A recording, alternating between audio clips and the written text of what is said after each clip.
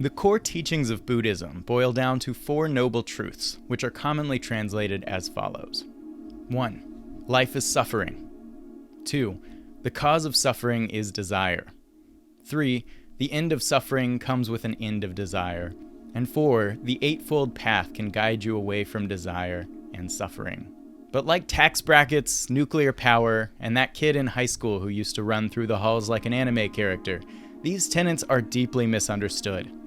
The fundamental message of these noble truths is not that we have to completely eliminate our desires in order to escape suffering.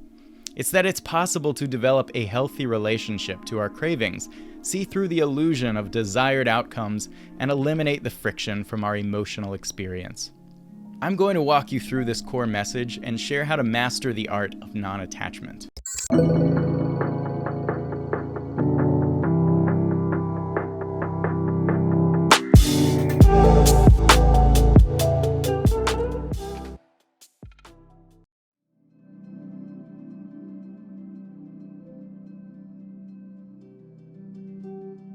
Psychotex, thanks so much for an incredible launch week for Become Who You Are. We sold nearly 5,000 copies over the course of the week and set the book up for long-term reach and impact. I've already heard from dozens of readers on how it's changed their perspectives, and I would love to hear from you too. Now, the first noble truth of Buddhism states the concept of dukkha. But though it's often translated as suffering, dukkha is more accurately translated as there is unsatisfactoriness. What this means is primarily that the gratification of our attachments does not deeply satisfy us, as we so often expect it to. Desire and pleasure disguise themselves as the solution to our cravings, but they don't deliver, and we often continually fall into the same mistakes. Now, the second noble truth of tanha is also frequently oversimplified. The Buddha claimed that tanha was responsible for the unsatisfactoriness of normal life.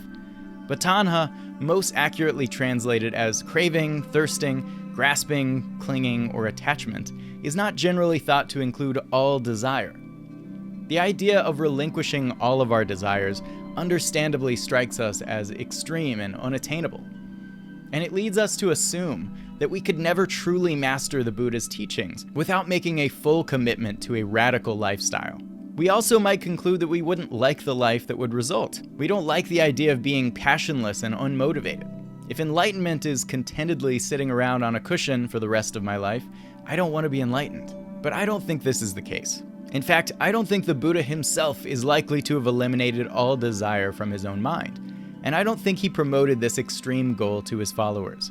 So what is the meaning of this message of non-attachment? Buddhism is very clear that tanha is the source of our problems. Eliminating it was the key to a psychological state potent enough to popularize grunge music for nearly half a decade. Nirvana was a transcendent state characterized by the extinguishment of the fire of craving. This craving may seem close enough to desire that we might conclude they are synonymous, but I think this would be a mistake. Tanha referred to a specific type of desire, not just any motivation, drive, or emotion. One of the most powerful metaphors for capturing the problem of attachment is that of a dog going on a walk. Have you ever had the displeasure of taking a dog for a walk who was convinced it knew the right way to go? The kind of dog that pulls so hard on the leash that it nearly suffocates itself. It's frustrating for the person walking with the dog, but it's also clearly not good for the dog. It's crucial to understand that the problem is not that the dog has energy. It's not that the dog desires to go on a walk or enjoys it. The problem is the nature of that desire, and the way it leads the dog to walk. The dog is too convinced of its own plan, too attached to every specific plant and fire hydrant it sees. It fails to understand that it isn't helping anything by pulling so hard. If the dog could understand language, you would need to explain a few things to it. You might say, "Listen, you're not in control here. You're only hurting yourself by straining so hard. You don't know what you want, and guess what? This way has just as many urine-covered trees to sniff. Every direction has its own opportunities.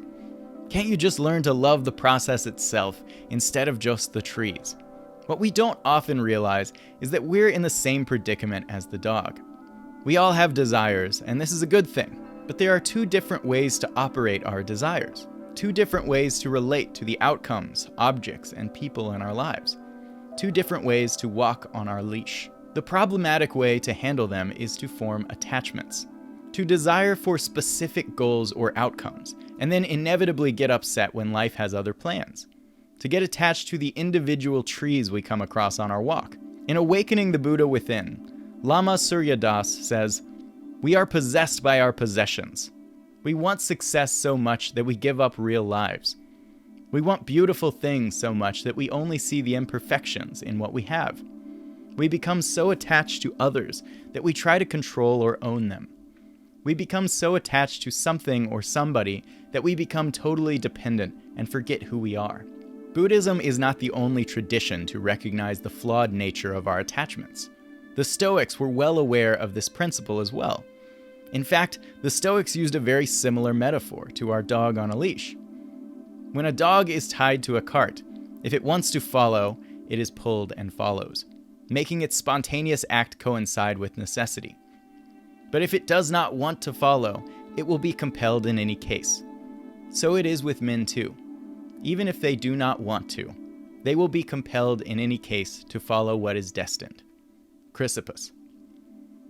He points out that there is no point in straining against the forces we can't control, and instead should go along with the course of fate willingly. In The Practicing Stoic, Ward Farnsworth says, "The Stoic's first observation about desire is that getting what we want tends not to produce the satisfaction that we imagined. It makes us want more. New desires appear when other ones are spent. Our minds seem to have an appetite for desire itself, and for the illusion that fulfilling it will bring us to an end point. The end never arrives." And Seneca says, "Who was ever satisfied, after attainment, with that which loomed up large as he prayed for it?" This is exactly the message the Buddha sought to convey in his truths. We must learn from this timeless wisdom and quit falling into the trap of our own desires. Stoic remedies tend to involve working to view the object of a desire accurately to achieve detachment from it. Once we identify that a desire is irrational and won't actually make us happy, we can work to lower that desire. Marcus Aurelius encourages us to view objects for what they really are without all the heated passion. He says, when we have meat before us and other food, we must say to ourselves, this is the dead body of a fish, and this is the dead body of a bird or of a pig. And again, this Falernian, wine, is only a little grape juice. And this purple robe, some sheep's wool, dyed with the blood of a shellfish. This is how we should act throughout life. Where there are things that seem worthy of great estimation, we ought to lay them bare and look at their worthlessness, and strip them of all the words by which they are exalted. For the outward show of things is a wonderful perverter of reason, and when we are certain the things we are dealing with are worth the trouble, that is when it cheats us most. And Buddhism offers a similar exercise for those under the spell of unwanted sexual desire, in which one meditates on the more repulsive aspects of the human body, such as organs, tissues, and fluids, in order to extinguish the fire of lust by removing its fuel.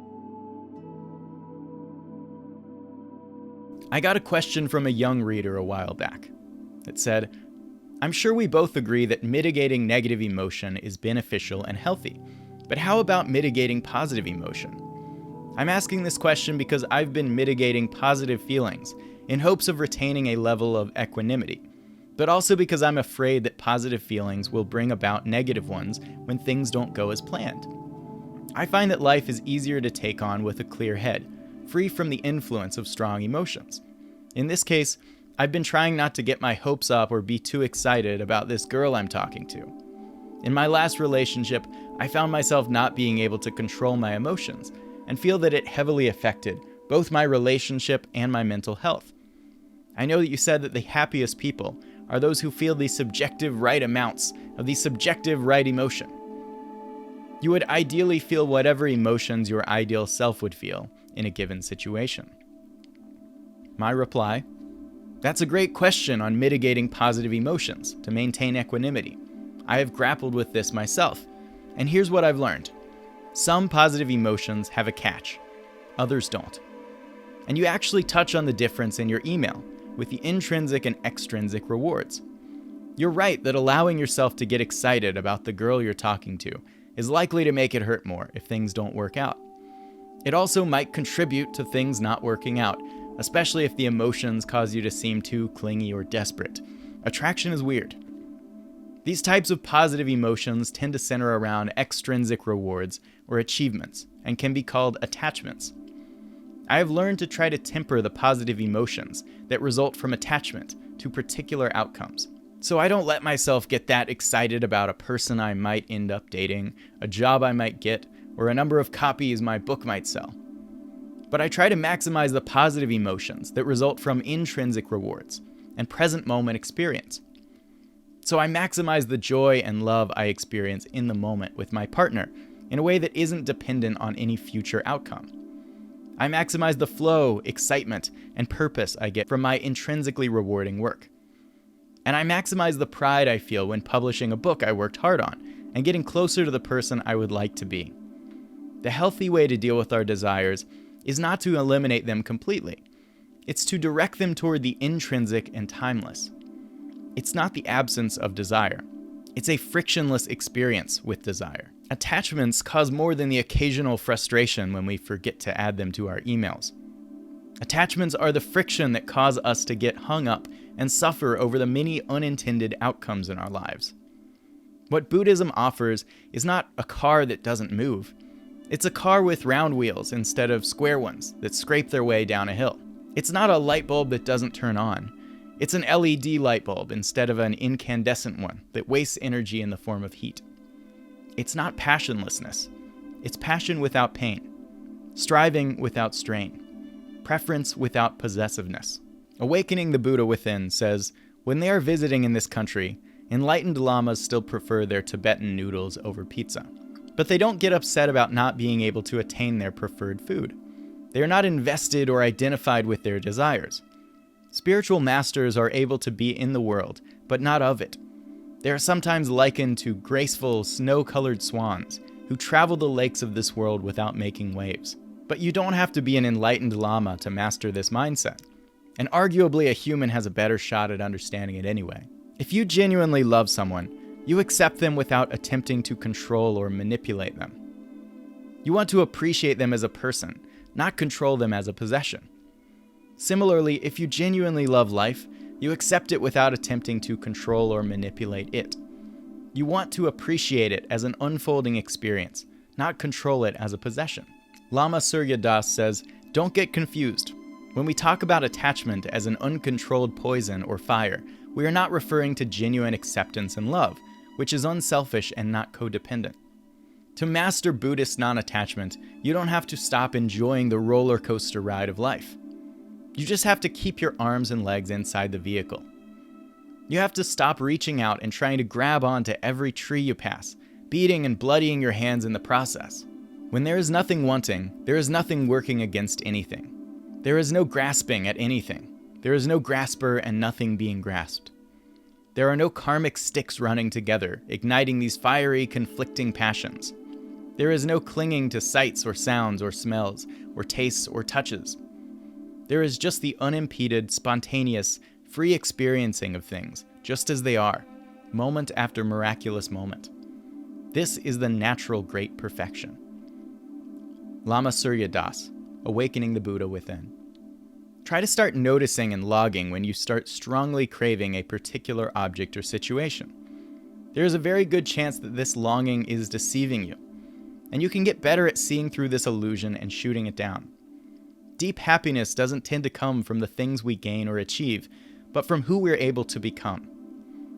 The many practical philosophies through the ages and across cultures are all telling us to understand and do the same things. And the things we need to hear are exactly the same things we wish we could explain to that impatient dog. What were those again? You're not in control here. You're only hurting yourself by straining so hard. You don't know what you want. Every direction has its own opportunities. Learn to love the process itself.